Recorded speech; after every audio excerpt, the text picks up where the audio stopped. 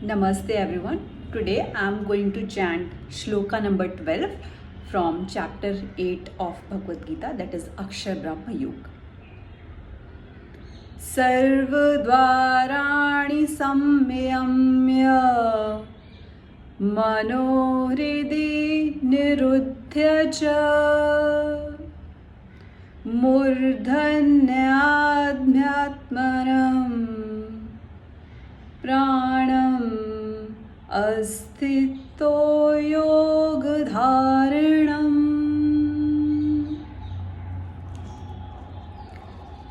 तो इससे पहले जो हमने चैप्टर किया है, चैप्टर 7 ज्ञान विज्ञान योग, उसमें भगवान श्री कृष्ण ने हमें बताया है कि अहम ब्रह्मस्मि, मैं ब्रह्मा हूँ, ब्रह्मा मेरे अंदर है, मैं आत्मा हूँ।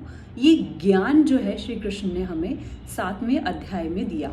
और 8वें अध्याय में अक्षर ब्रह्म योग में श्री कृष्ण जो हैं अर्जुना के कुछ सवालों का उत्तर देते हुए हमें ये बताने जा रहे हैं कि अंत समय जब मनुष्य का आ जाता है तो उस समय भी जो है मनुष्य जो है वो भगवान को कैसे स्मरण रखे, कैसे याद रखे, ताकि वो मुक्ति को प्राप्त हो सके।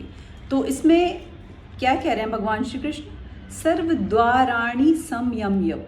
यहाँ स्वर द्वाराणि भगवान श्री कृष्ण जो है वो किसे कह रहे हैं? वो कह रहे हैं हमारी ऑल सेंसेस को, हमारी ज्ञान इंद्रियों को, जो भी बॉडी की हमारी ओपनिंग्स हैं। For example like ear, eyes, nose, mouth, skin, जिनसे we can see, listen, smell, touch, taste, ये सब जो है हमारी ज्ञान इंद्रियां हैं।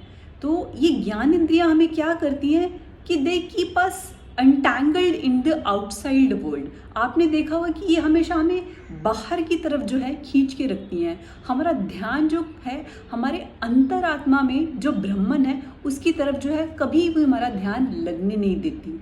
और अगर हम इन सब चीज़ों को, इन इंद्रियों को कंट्रोल नहीं करेंगे तो क्या होगा? हम कभी भी अपने आप से, हमारे हृदय में जो ब्रह्मन है उससे हम जुड़ नहीं पाएंगे। और जो हमारी लाइफ फोर्सेस हैं, जो हमारी प्राण वायु है, वो हमारे सर के ऊपर तक जो है वो जो है कभी नहीं पहुंच पाएगी। सर के ऊपर से मतलब है कि जो टॉप मोस्ट, अगर आप चक्रास की बात भी करें तो सहस्त्रार चक्र जो होता है, हम ओवर द हेड जो है उसको बोलते हैं कि प्राण वायुज हैं, they will not be able to get up. अगर हम कुंडलानी की भी कभी बात करते हैं तो उसमें भी क्या है? We have to rise up to receive the grace from the supreme consciousness ahead, that is भगवान श्री कृष्ण। तो सेंस ग्रेटिफिकेशन के लिए हम हमेशा भागते रहते हैं, तरह तरह की चीज़ों में उलझे रहते हैं। तो इसमें हमें श्री कृष्ण बता रहे हैं कि योग के द्वारा हम कैसे अपनी सेंसेस को कंट्रोल करें। योग, हमारे वेद पुराणों में योग के कई चरणों के बारे में बताया गया है। फॉर एग्जाम्पल बाहिरंगा, जिसमें आपके यमा और नियमा आते हैं। Yama is like your ethical principles and niyama is your self restraint physical exercises, जिसमें हम आसना और प्राणायाम को इंक्लूड करते हैं। फिर उसके बाद आता है दूसरा चरण है अंतरंगा। अंतरंगा में जो आपकी साधना है that is to mould you emotionally, और जो आपका मेंटल डिसिप्लिन है वो कैसे लाया जाए, मेंटल मेच्योरिटी जो है वो कैसी लाया जाए, इसमें हमारा प्राणायाम और प्रत्याहारा जो है वो आता है। Pratyahara is like taking control of your mental abilities, जो मेंटल सेंसेस हैं जो हमेशा आपको बाहर की तरफ खींचती हैं, उनको कैसे कंट्रोल किया जाए ये प्रत्याहारा में बताते हैं।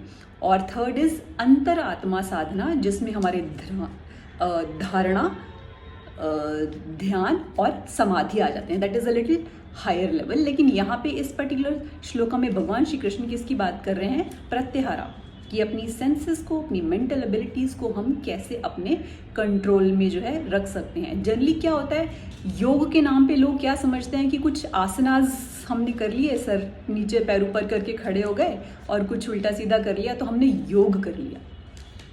योग सिर्फ करने की चीज़ नहीं है, समझने की चीज़ है।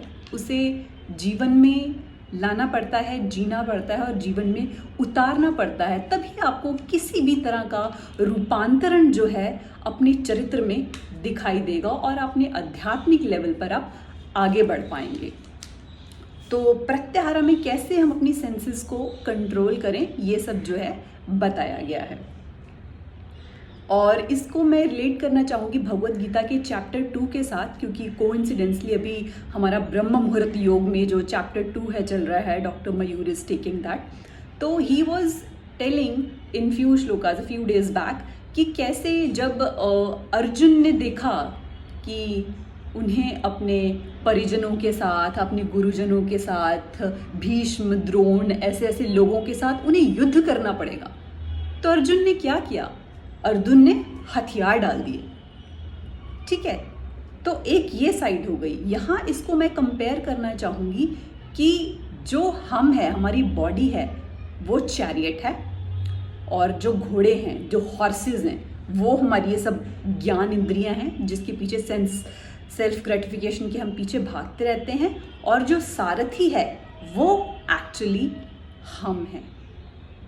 यहाँ अगर हम देखें कि श्री कृष्ण अगर सारथी ना बनते अर्जुन के, तो अर्जुन ने तो हथियार डाल दिए थे, तो क्या होता? अधर्म जो है वो बढ़ जाता और धर्म वापस स्थापित नहीं हो पाता। तो इसी एग्जाम्पल के साथ आप समझ सकते हैं कि अपनी सेंसेस को अपने कंट्रोल में रखना कितना इम्पॉर्टेंट है, और ये सब जो है वो योग के द्वारा ही संभव है।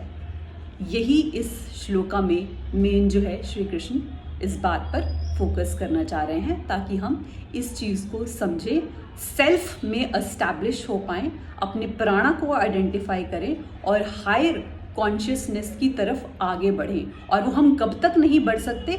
जब तक हम अपनी इंद्रियों को अपने कंट्रोल में नहीं कर सकते। जब तक हमारे सारे द्वार ये बाहर की तरफ खुलते रहेंगे, there is very little scope of we turning towards inside, कि हमारे अंदर जो परमात्मा है, जो ब्रह्मन है, उसका ज्ञान होने के बावजूद भी हम उसको कभी फील नहीं कर पाएंगे और किसी तरह का रूपांतरण अपने आप में या अपने जीवन में नहीं देख पाएंगे, और आध्यात्म या स्पिरिचुअलिटी के पथ पर आगे नहीं बढ़ पाएंगे।